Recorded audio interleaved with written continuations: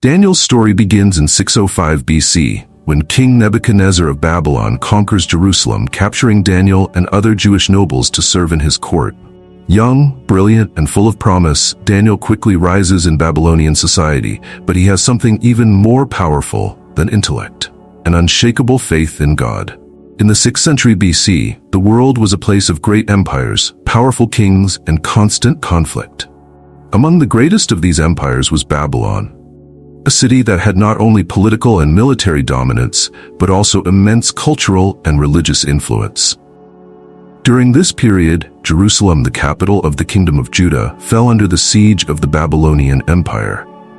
The king of Babylon at the time was Nebuchadnezzar II, known for his military prowess and architectural achievements, including the famous Hanging Gardens of Babylon, one of the 7 wonders of the ancient world. He conquered Jerusalem around 605 BC, and as part of his policy, he took many of the city's brightest and most talented young men into captivity to serve in his court. Among these young captives was a teenager named Daniel, a boy from a noble family in Judah. This marks the beginning of Daniel's story, a story of faith, courage, and unshakable trust in God.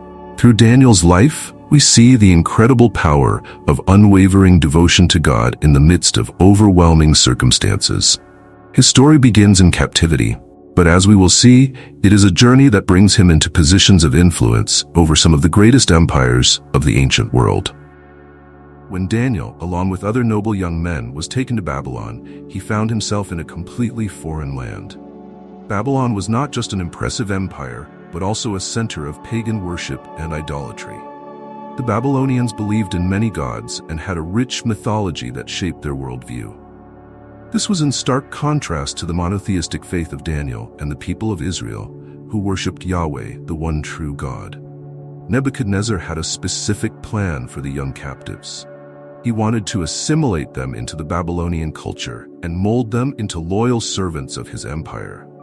Daniel and his friends were among the best and brightest, so they were selected to serve in the king's court. The process of assimilation was rigorous. Daniel and his companions were taught the language, literature, and customs of the Babylonians. They were even given new Babylonian names as part of this cultural transformation. Daniel was renamed Belteshazzar, and his 3 friends, Hananiah, Mishael, and Azariah, were given the names Shadrach, Meshach, and Abednego. However, Daniel faced a challenge early on. The king's food and wine were offered to these young men as part of their training. But Daniel, in his deep commitment to following the laws of God, knew that consuming this food would defile him. The food likely had been offered to idols, and it didn't adhere to the dietary laws set forth in the Torah. Daniel, along with his 3 friends, made a bold decision. They requested to eat only vegetables and drink only water. This was a significant test of faith, as refusing the king's provisions could be seen as an act of defiance.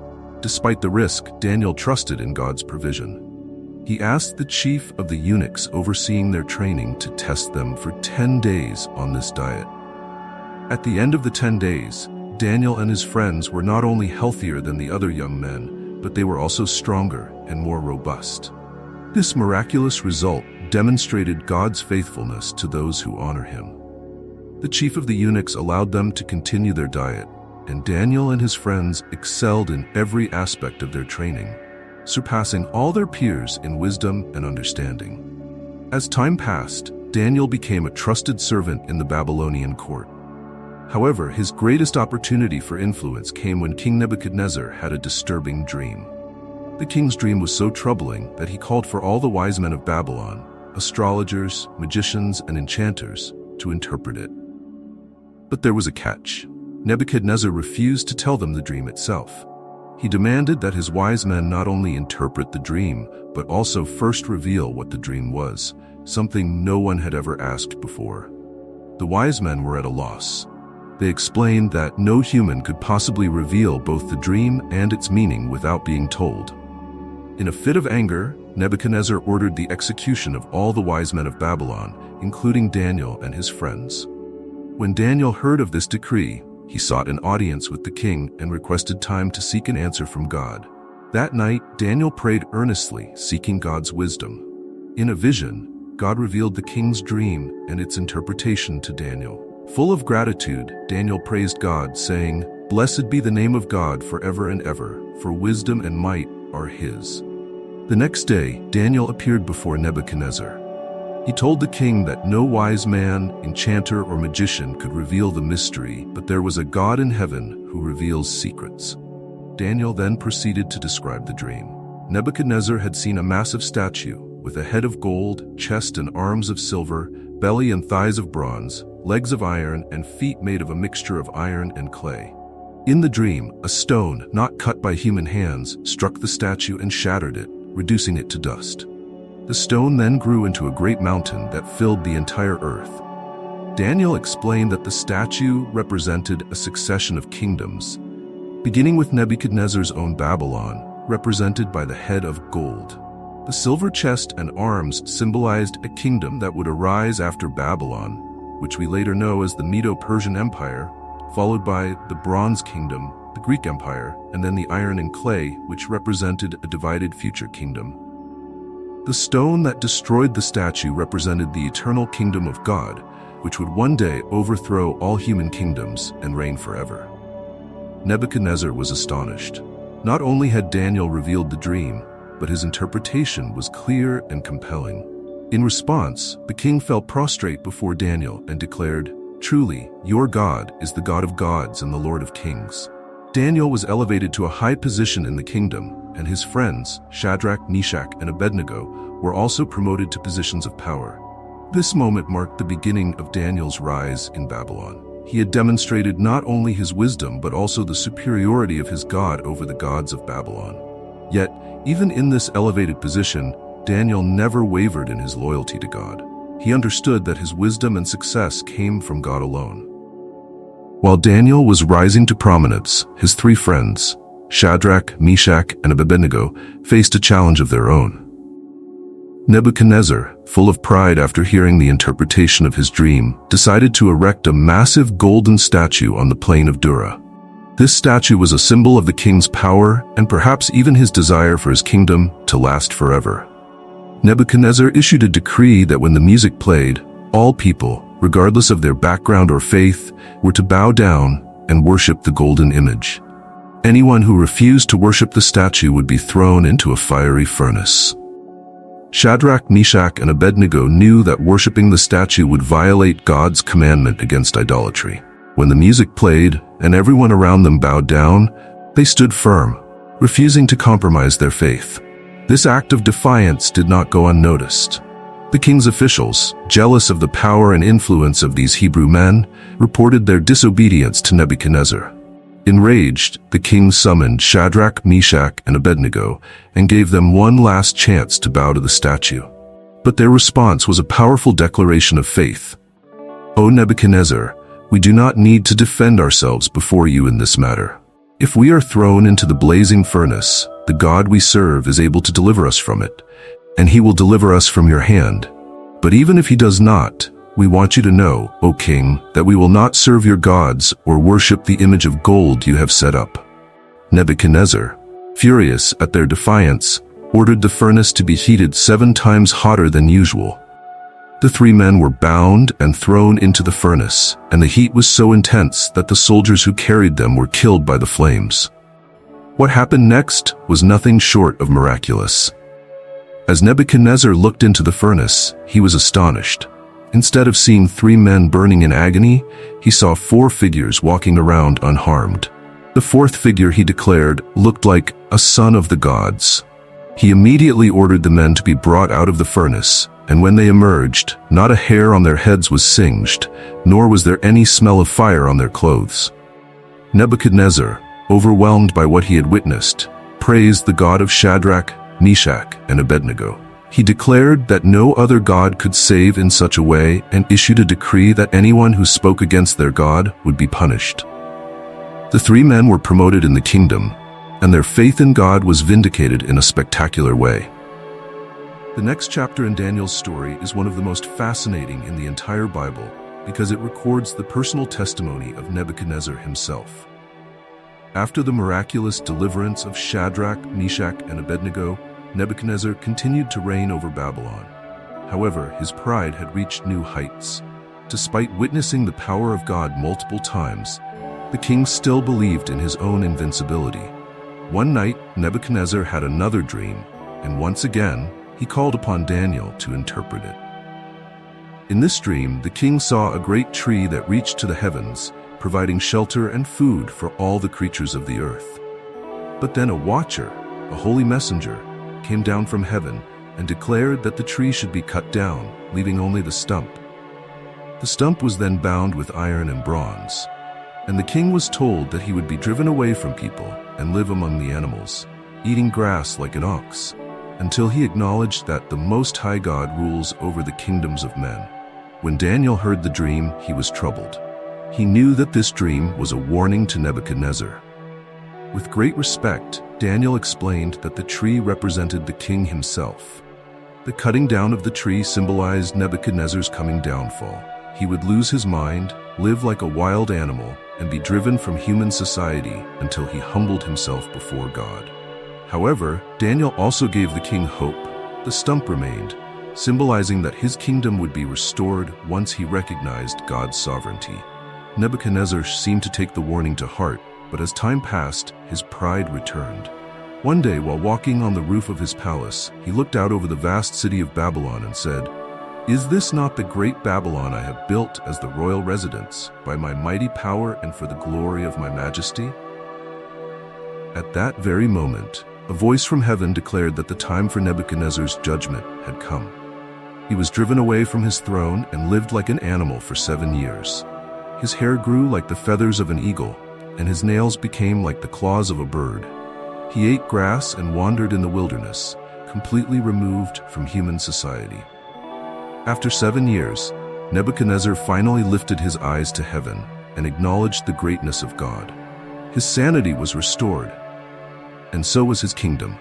In a dramatic reversal, Nebuchadnezzar, once the proud ruler of the world's greatest empire, now humbly declared, "I, Nebuchadnezzar, praise and exalt and glorify the King of heaven, because everything he does is right, and all his ways are just. And those who walk in pride, he is able to humble." Nebuchadnezzar's transformation stands as one of the most powerful examples of God's ability to humble even the greatest of kings. It also demonstrates Daniel's influence as a faithful servant of God in a pagan court. After Nebuchadnezzar's death, the Babylonian Empire began to decline. His successors lacked his strength and vision, and eventually, the empire came under the rule of Belshazzar, who is described in the Bible as Nebuchadnezzar's son, though he was more likely his grandson or a later descendant. Belshazzar was a reckless and arrogant ruler, and his downfall came during a lavish banquet. One night, as he feasted with his nobles, Belshazzar ordered that the gold and silver vessels taken from the temple in Jerusalem be brought to the banquet. These sacred vessels had been used in the worship of God, but Belshazzar and his guests used them to drink wine while praising the gods of gold, silver, bronze, iron, wood, and stone. Suddenly, a mysterious hand appeared and began writing on the wall of the banquet hall. The king was terrified, and his face grew pale. No one in the court could interpret the writing, and once again, Daniel was summoned to explain the mystery. Daniel, now an old man, boldly confronted Belshazzar. He reminded the king of how Nebuchadnezzar had been humbled by God when he grew proud and arrogant. But unlike Nebuchadnezzar, Belshazzar had not honored God. Instead, he had dishonored the sacred vessels of the temple and worshipped false gods.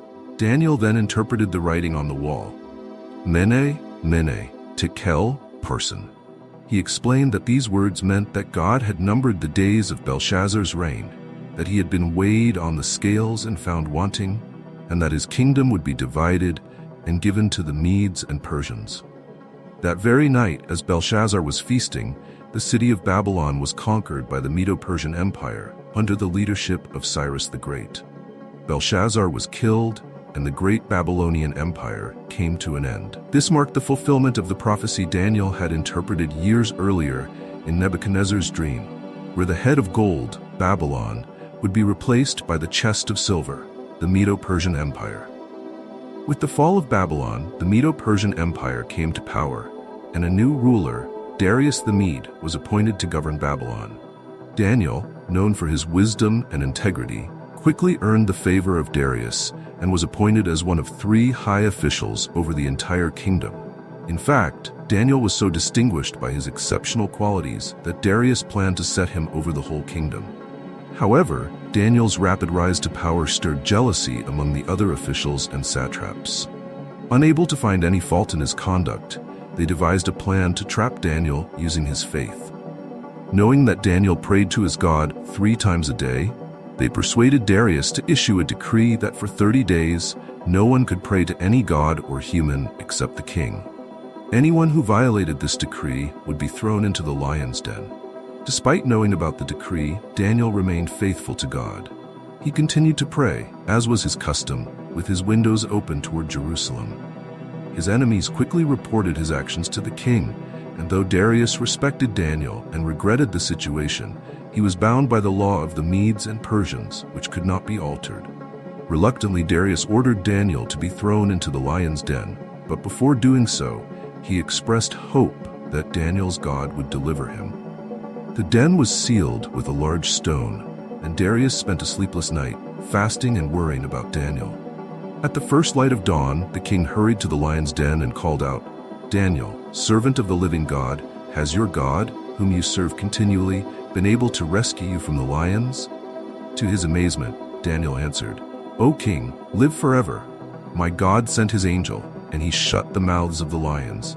They have not hurt me, because I was found innocent in his sight, nor have I ever done any wrong before you, O king." Darius was overjoyed and ordered that Daniel be lifted out of the den. Not a scratch was found on him because he had trusted in God. In a dramatic reversal, Darius ordered that Daniel's accusers be thrown into the lion's den, and they were immediately killed by the beasts. Following this miraculous deliverance, Darius issued a decree throughout the empire, praising the God of Daniel as the living God whose kingdom will never be destroyed and whose dominion will endure forever.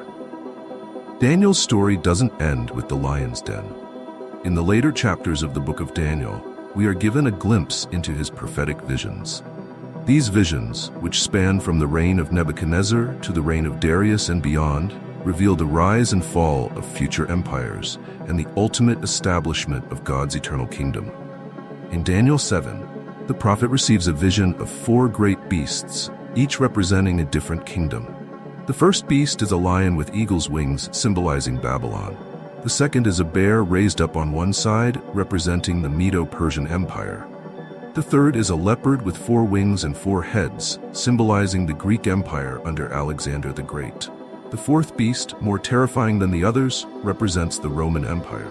In this vision, Daniel also sees the Ancient of Days, God sitting on his throne and one like a son of man, a reference to the Messiah, coming to establish an everlasting kingdom. These visions, along with others in the book of Daniel, offer a glimpse into the future of world history and point to the coming of the Messiah, Jesus Christ, who would establish a kingdom that will never be destroyed. As Daniel's story shows, faith and courage can change the course of history, even in the face of powerful empires and impossible odds. His journey, from captivity to a place of influence over kings, reveals the true strength that comes from trusting in something greater. But this is only the beginning. There's so much more to uncover about Daniel's incredible prophecies, the visions that shaped the future, and the miraculous events that followed him through his life in Babylon. If you want to dive deeper into these powerful stories of faith, prophecy, and the unseen battles between good and evil, make sure to subscribe and hit the notification bell so you don't miss the next chapter of Daniel's remarkable journey. Together, we'll explore more mysteries of the ancient world and the timeless lessons they hold for us today. Stay tuned for more.